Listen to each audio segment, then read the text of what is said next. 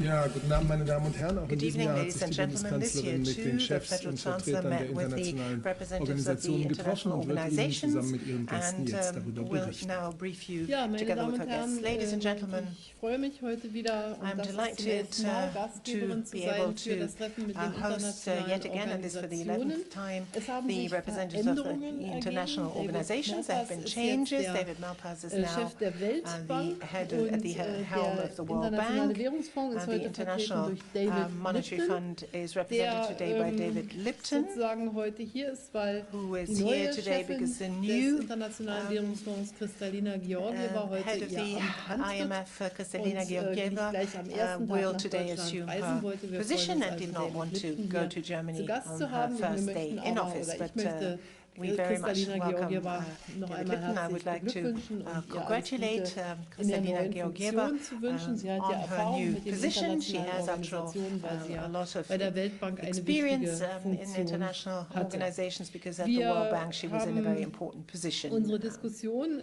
miteinander geführt, We have had die einheitlich das Ergebnis gebracht hat, dass die Weltwirtschaft sich in einer nicht einfachen Lage conclusion that the befindet global economy und is not dass exactly in wir a comfortable position, and eine that Verlangsamung we des see a Wachstums von slowdown allen of growth, Organisationen almost prognostiziert that bekommen. has Wir haben been das ja in predicted by Deutschland all of the auch. representatives of the Sehen wir organizations. das ja an unseren We see eigenen this in Germany, for example, Wachstumsprognosen. when Das we gilt look at aber our auch own eigentlich für growth alle predictions, but wichtigen I think this basically Akteure applies to all im Bereich der important international Weltwirtschaft. stakeholders Und in the das global hat economy. natürlich Auswirkungen auch And this gerade has auf die its ärmeren repercussions, Länder, particularly on the denn poorer auf countries. Dauer ist natürlich Because in Verlangsamung the des long run, a Wachstums slowdown auch of verbunden mit growth Verlangsamung von will lead Beschäftigungschancen. to Und a besonders reduction sorgenvoll stimmen muss sein, dass of bestimmte job opportunities, Investitionen and auch what is zurückgegangen sind gravely in letzter concerning Zeit. us Ich glaube, es must ist be the zurückzuführen slowdown auf in die investments. I Unsicherheiten, think die es that can be gibt. traced back to the Einmal durch den uncertainties that are out there. Handelskonflikt On the zwischen one hand, the den trade Vereinigten Staaten und conflict China. between the United Auf der States anderen and Seite, wenn China. wir uns die On the europäische other hand, Landschaft if we look at the anschauen, natürlich European auch durch die situation, Tatsache, dass der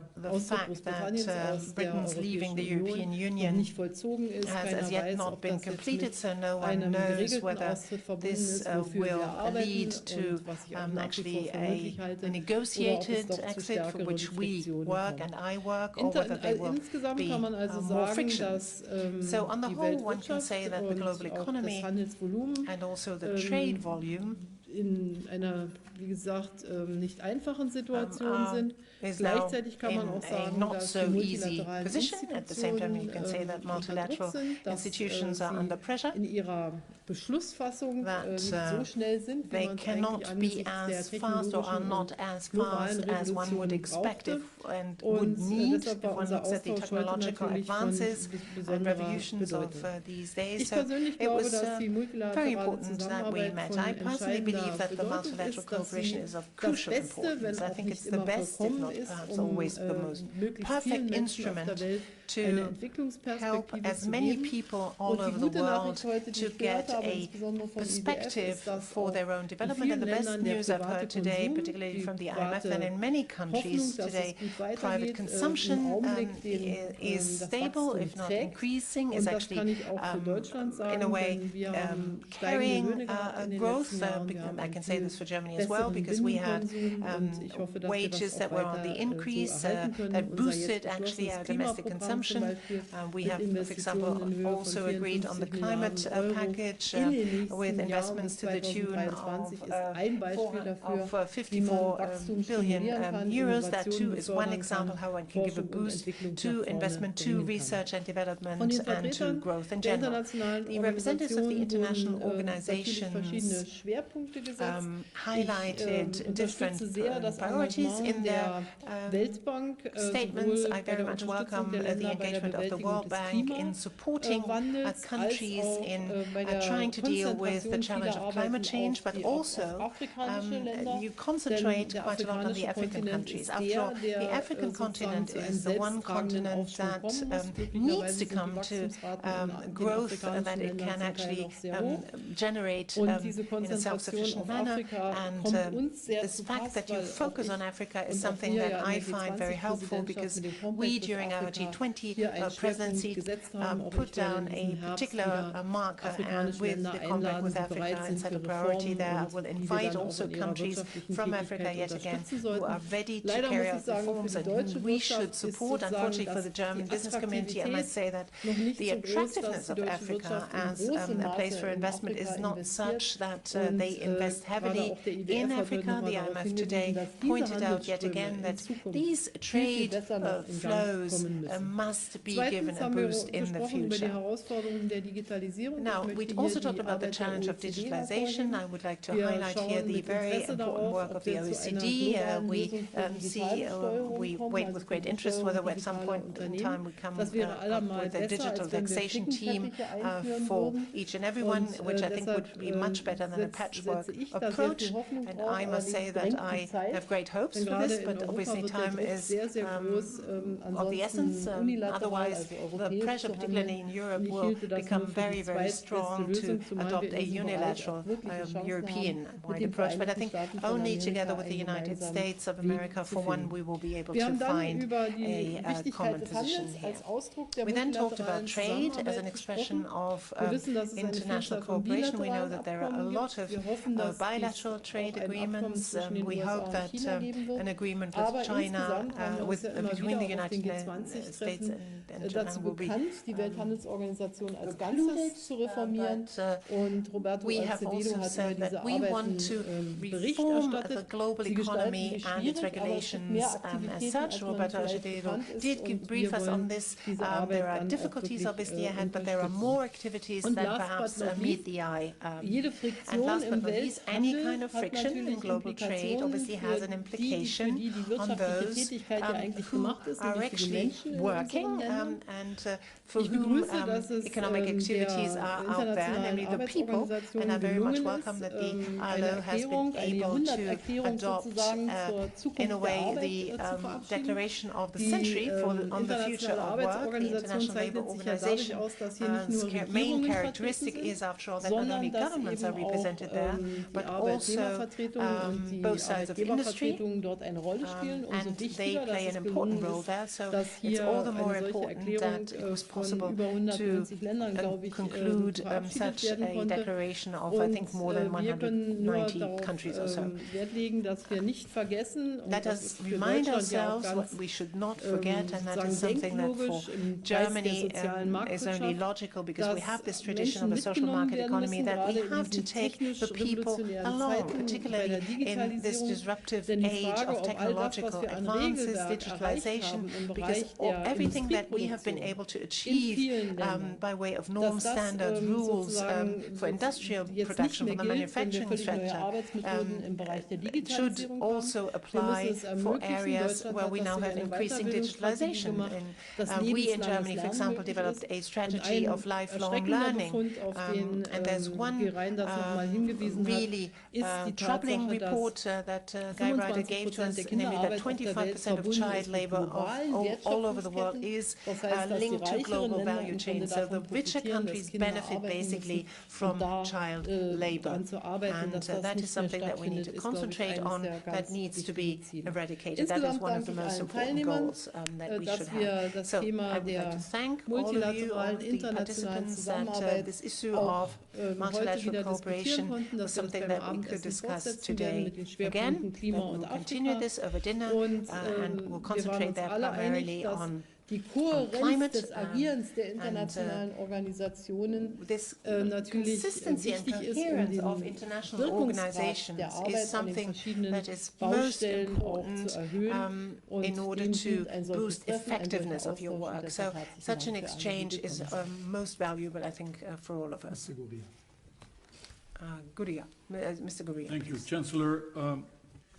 We believe that one of the reasons why practically all the global issues seem to be exacerbated and more difficult to deal with is because they have not been addressed through the multilateral mode. Now, trade obviously jumps to mind.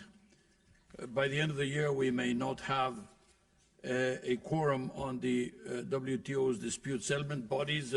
70 years of gradual liberalization of trade are being reversed, and it's having a devastating impact on growth itself. Now we are probably growing close to zero in terms of the rate of growth of trade, but it's having a brutal impact on investment because of the uncertainty. Why do you invest? You invest to produce. And why do you produce? You produce to sell. But if you do not know if you can sell or at what tariff you are going to be able to sell, or whether you have access to a particular market or not, then of course you don't invest. And that is having already today an impact. 1 year ago we projected we were going to be growing at almost 4% in the world, and we are now in our latest projection last week 2.9% only. So we're already paying the price. Climate is typically another area where multilateralism is stressed, and when being under pressure, we are regressing. Emissions are rising again, and of course, we already knew that if everybody delivered on the Paris agreements, we're going to find it very difficult to go to 2 degrees, much less 1.5. Well, many of the countries are not even delivering on the Paris agreement, so that's a big issue. I have to say here publicly, Chancellor, that the program you just put out, having to do with the acceleration of the goals towards the climate, in the case of Germany, have to be especially mentioned. Now, talk about multilateral issues that can only be dealt with as multilateral issues, almost by definition. How about migration? You know, how can you not deal with migration in a global way? Actually, migration, there's no other way to deal with it, and we are having to struggle because not all the countries decided to join the migration compact. The Global Forum on Steel Excess Capacity, very specific, very practical. Well, we're finding it increasingly difficult to renew the mandate and to move it forward. These are very practical issues. Even drafting communiques has become a very complicated exercise in the world. And the problem is not about the communique, the piece of paper. It's that without clear mandates, the expression of all the leaders that get together, that issue these mandates, does not become clear, and then it's questioned, and it's not obvious, not only for us at the international organizations, but also for the rest of the world in terms of where we're going. Now, there's also a question, you know, there's still old challenges that were there before. The question of low productivity, the whole question of growth. I remember in 2014, was it, when we were in Australia and we decided that we would all put special measures in place in order to grow 2% more than what? More than we would have grown anyway by 2020. And that, of course, is not happening. You mentioned the tax work, Chancellor. I have to say we're continuing with our schedule on that, but the only way to deal with it, the only way it's going to come out is through a multilateral effort, just like on the digital, artificial intelligence, etc. So we need to continue supporting multilateralism openly and loudly, and you've been a champion all throughout. We'd like to thank you for it, Chancellor. Second, we need to continue delivering the evidence, the facts. You know, maybe it's uncomfortable, maybe it's difficult, but this is our raison d'être. This is our duty. We just have to deliver the facts and how we see the world. And third, of course, we have to work more among ourselves. And this is the 11th meeting that we have with Chancellor Merkel here. I call it group therapy, you know, because we all come here and she's the doctor here and takes care of us. But at the same time, I would like to say it is invaluable in terms of helping us coordinate the work. So thank you very much. Thank you very much, Chancellor. I want to thank you for your leadership in this forum and in other forums. Also echo the congratulations to Kristalina Georgieva, who has moved from the World Bank to be the managing director of the IMF.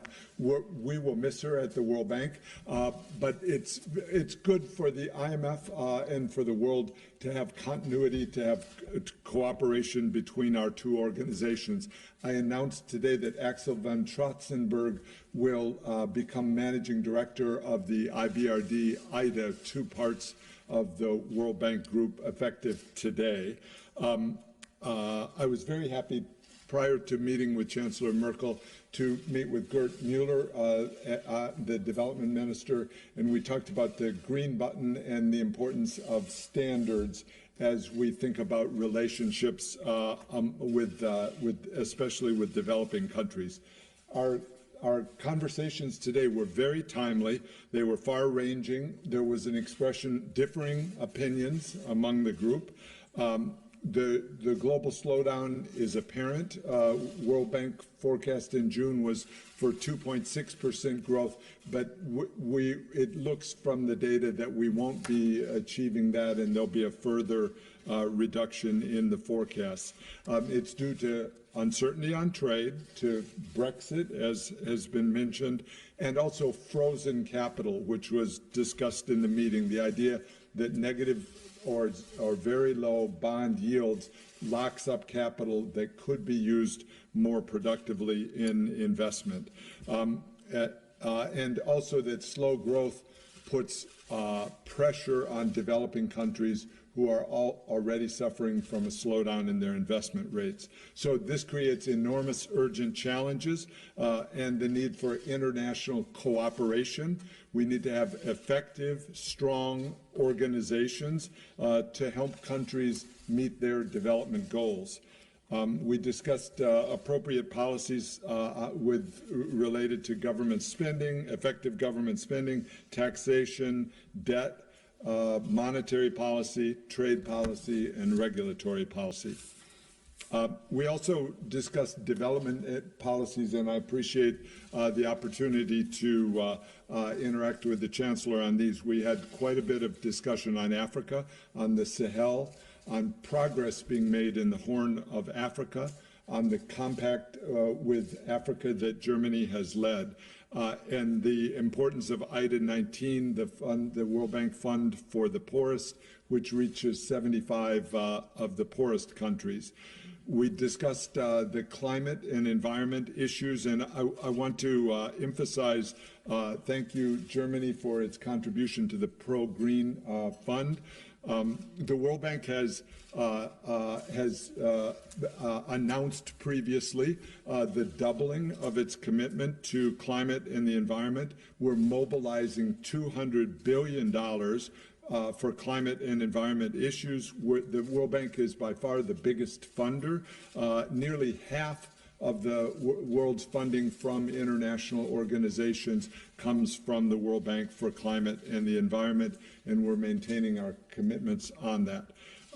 I also want to mention digitalization and the importance of it, and mobile banking. There are now techniques where money can go to the people, to the poorest people, and actually lift them out of poverty. It's very effective, relatively new technique.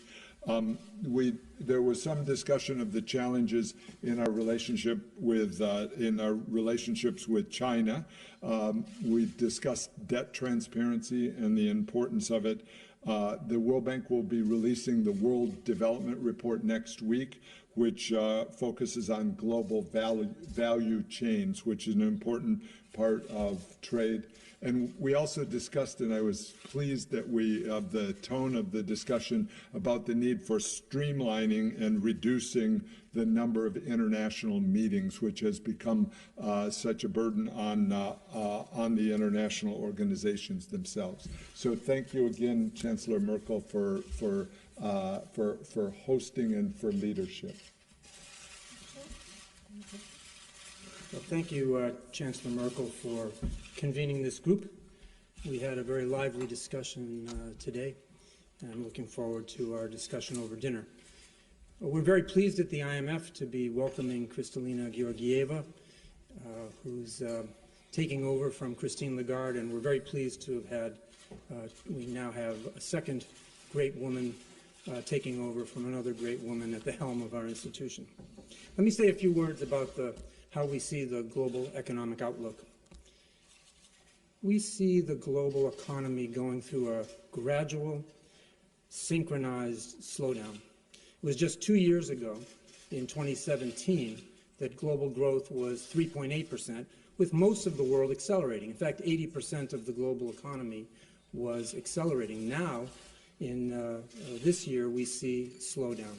In July, we said we saw growth this year being around 3.2%, and with about 80% of the global economy slowing down. And the data that's come out since then leads us to expect some further slowdown. As the Chancellor mentioned, there are quite variant trends in most advanced economies. With trade slowing around the world, we're seeing investment slowing, business sentiment lagging, and with that, manufacturing slowing. But at the same time, pretty much across the advanced economies, consumption is strong because wage growth has been strong. And that's meant service sectors, which are the largest sectors in the economy, doing pretty well. Which will be the dominant trend is hard to see. But what's behind all of this? Of course, we've seen productivity slow down for many years in advanced economies and emerging market economies, but I think the new factor in the last few years has been the trade tensions, the tariffs, but also, more so, the uncertainty around what trade policy will be. And that's that's caused a slowdown in trade and a slowdown in investment. There are other idiosyncratic factors and events around the world. Brexit is one, and a number of struggling emerging market economies that have had very difficult years. So in the face of that, what's our recommendation? I think the first and most potent point is, first, do no harm. It's important that trade tensions are de-escalated, that there's dialogue, but there'll only be trade deals if both sides are willing to compromise. And that means countries with trade practices and other practices that no longer suit a global integrated economy where there are spillovers, making some changes, and I think that's important.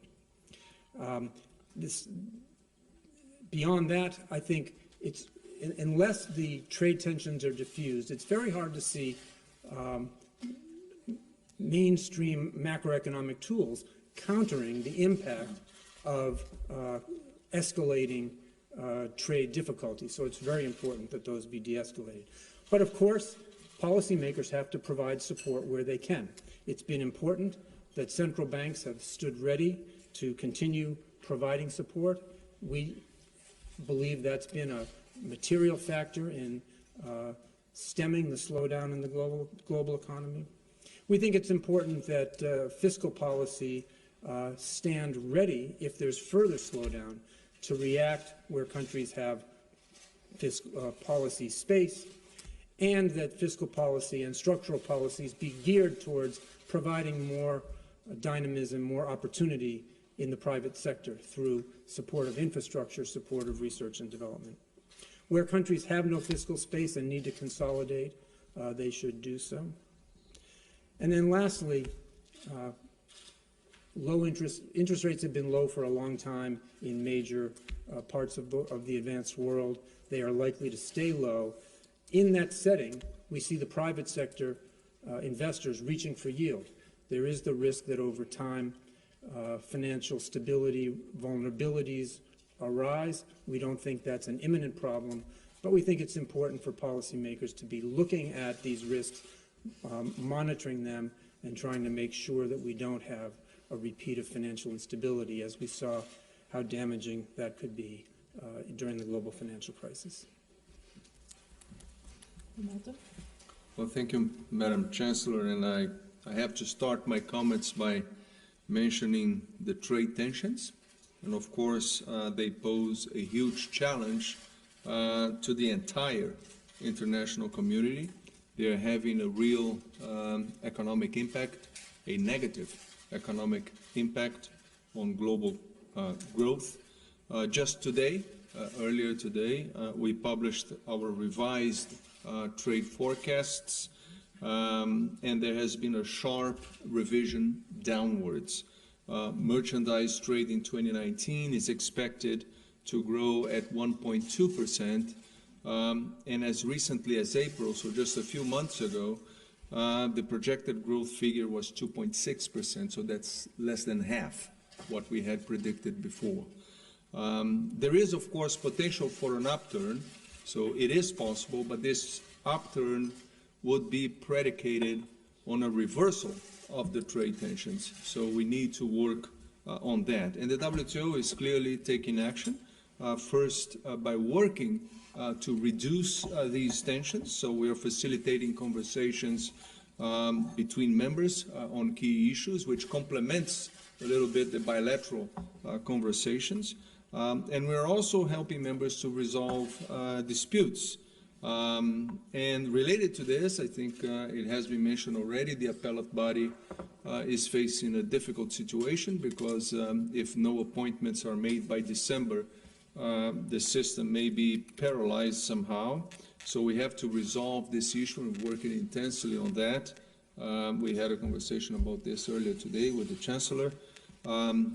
Second, we are working also to strengthen the global trading architecture, and members are exploring ways to reform it by speeding up our negotiating processes and also by making the system more responsive to economic change, developing updated and modern rules and standards. The G20 leaders in Osaka, and the Chancellor was there, expressed strong support for the WTO modernization, and that was also a focus at the G7 in Biarritz as well. And these reforms are ongoing. We're not waiting. These are already happening. You know, groups of like-minded members have launched joint initiatives to deal with issues like electronic commerce, investments facilitation, support for small businesses to trade, domestic regulation in services, and the economic empowerment of women. So these are open initiatives. Anybody can join those initiatives, and they're building momentum. And we're, of course, also working on the more traditional issues. We have the 2019 deadline to conclude an agreement on fishery subsidies, which is very important. We're also working on agriculture, food security, and other issues. Now, our 12th Ministerial Conference will be in June of next year in Kazakhstan, so that's a clear milestone. So there is a lot on the agenda, and I'm very happy that I had the opportunity to tackle these systemic challenges before us with the Chancellor this morning and with the other participants of this conversation. And I hope that we can go even deeper into these issues as we move on to dinner. Thank you very much. Well, Chancellor, in my turn, I'd also like to thank you for bringing us once more all together. It's been a most valuable meeting once again. Clearly, the slowdown in economic growth, the slowdown in trade, of which my colleagues have already spoken, will rebound to the disadvantage of labour markets.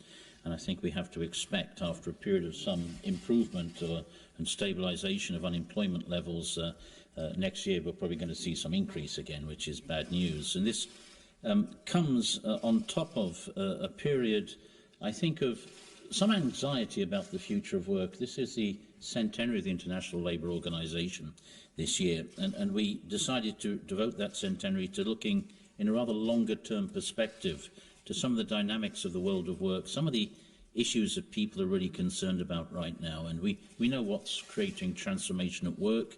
It's technology, it's climate change and action against it, it's differential demographies around the world, and it's the increasingly uncertain path that globalization is taking.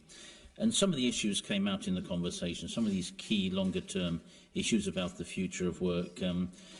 I did point to the important labour market dimension to action against climate change, this notion of just transition, that we need to prepare labour forces, the institutions of the labour market to make a just transition to climate neutrality.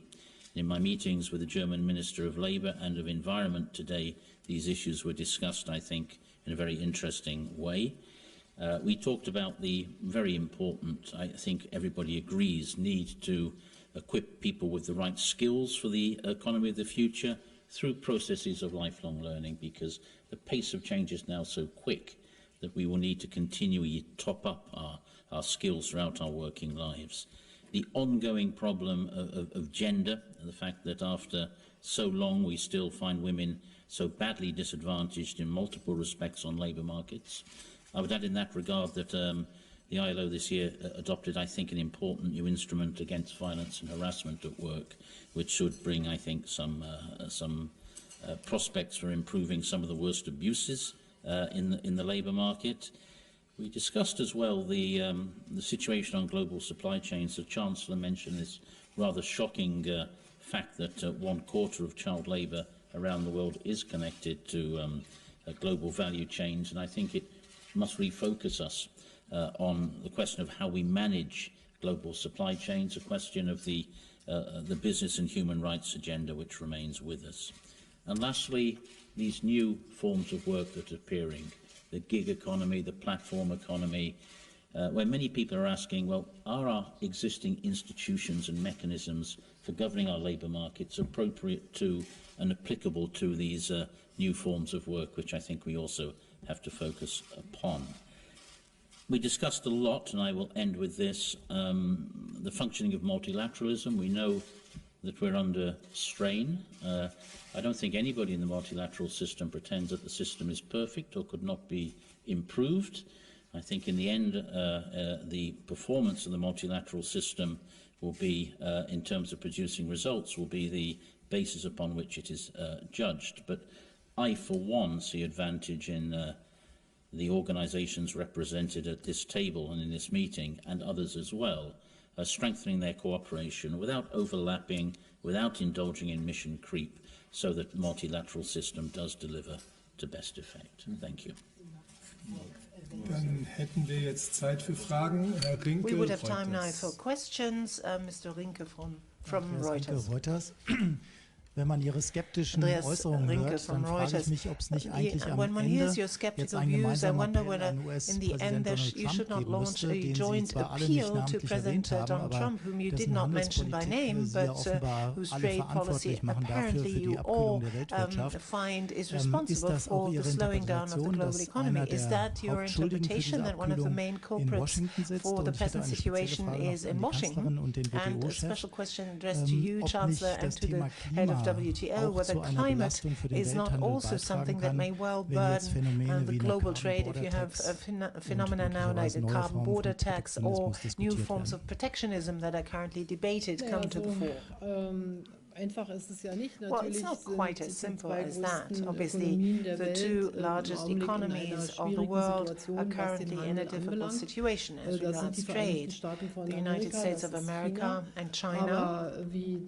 But as David Lipton, if I may quote him, has already said, all sides simply have to work for a compromise. And there is still hope out there that one may come to a solution which would obviously do a lot towards reducing uncertainties and diffusing them. But a trade agreement of which one thought for quite some time that it was actually within reach, I still think it's possible, has yet not been finalized. Those who negotiated may well have very good reasons, and I hope that there will be a conclusion. We have no reason, secondly, to be here arrogant, because after all, we negotiate with the United Kingdom for 3 years now on a negotiated exit of Britain, which brings high risks also for us. And there are a lot of members of the workforce who still do not know how the supply chain will look in the future. So that too harbors enormous potential for uncertainty, because Britain is, after all, not an insignificant smaller European country, but a global player. So I think people ought to do their own homework, and that, after all, is the spirit in which we spoke here. And the only way that we can make progress, at any rate, is if we work together. So I can only say that we put our all in, put all of our efforts into this. The person who has been addressed here is not here present, but those who are present will do their utmost to bring this forward. In 2008, 2009, in the global financial crisis, we actually, all of us, made the experience that through common action, the G20, after all, evolved at the time at the level of heads of state and government. We survived this global crisis quite well. We were on the right track, and perhaps we ought to remind ourselves that this was actually a sensible policy. Now, what was climate and the effect on world trade? Well, the question is always, do they do this in a sensible and intelligent way or not? We can obviously do without those additional taxes if we are sort of working together for low-carbon economics. I mean, China, for example, has such a certification scheme already, as we have it in Europe. So we have to wait for and see how this will look in the future. I don't think that that's the main issue that led to the slowdown. I think there are others now.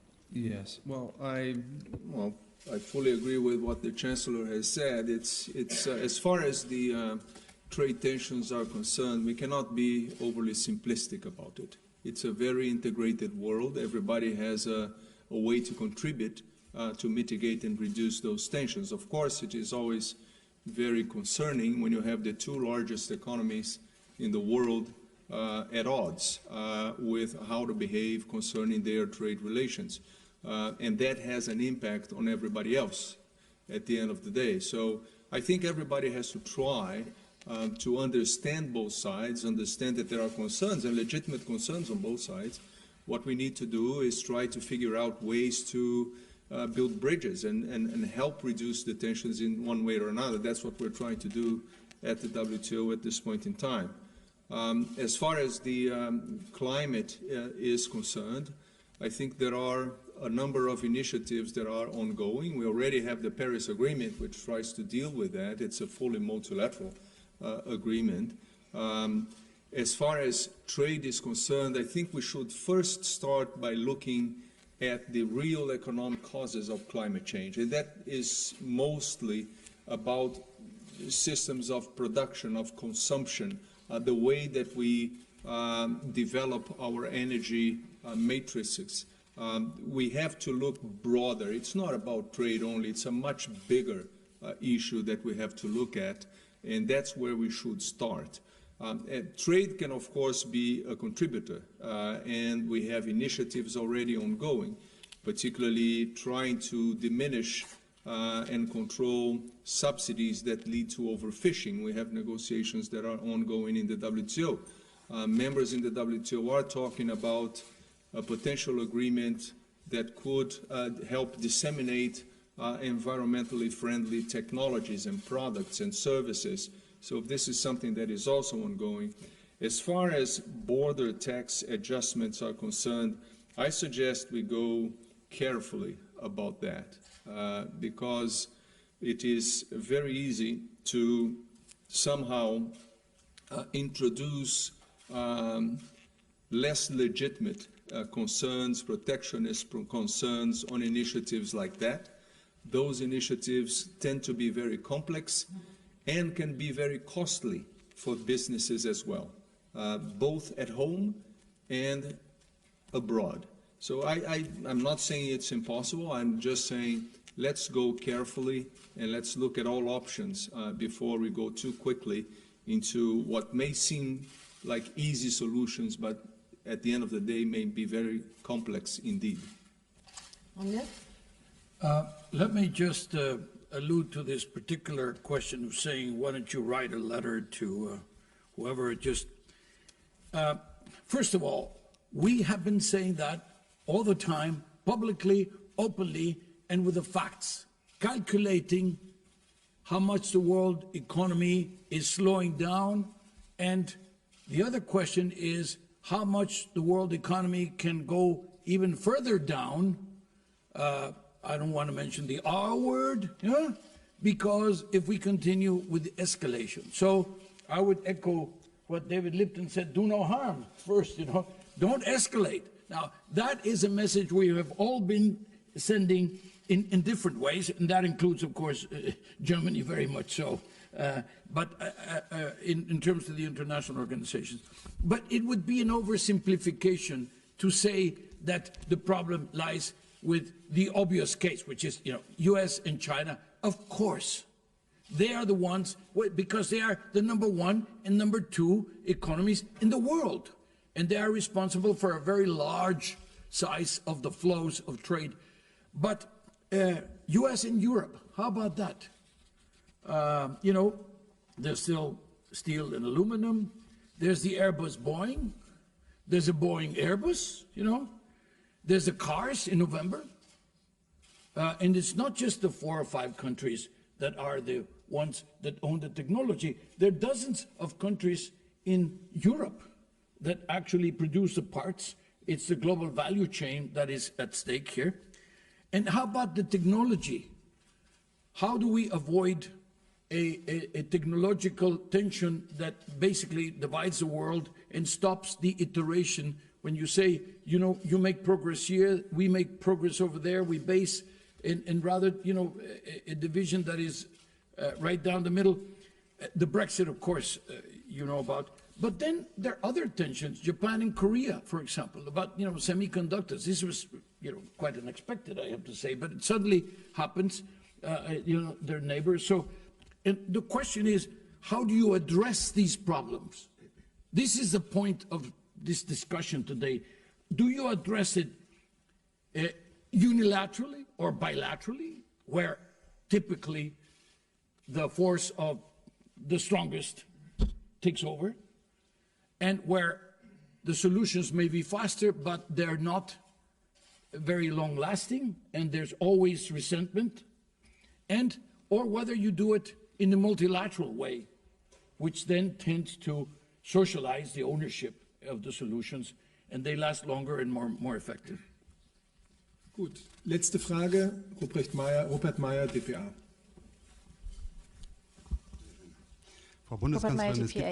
Madam Chancellor, there are obviously differences between the Minister for Development and Minister for Environmental Affairs concerning Brazil and development funds. What is your stance on that? Well, I believe that in principle there are no such differences. The Ministry for Environmental Affairs has, under certain conditions, frozen its bilateral funds for Brazil. The Minister for Development has met the Norwegian minister and the Brazilian minister for discussion, but in principle there are no big differences here. We are trying to talk to each other, and this has been reiterated today again and again.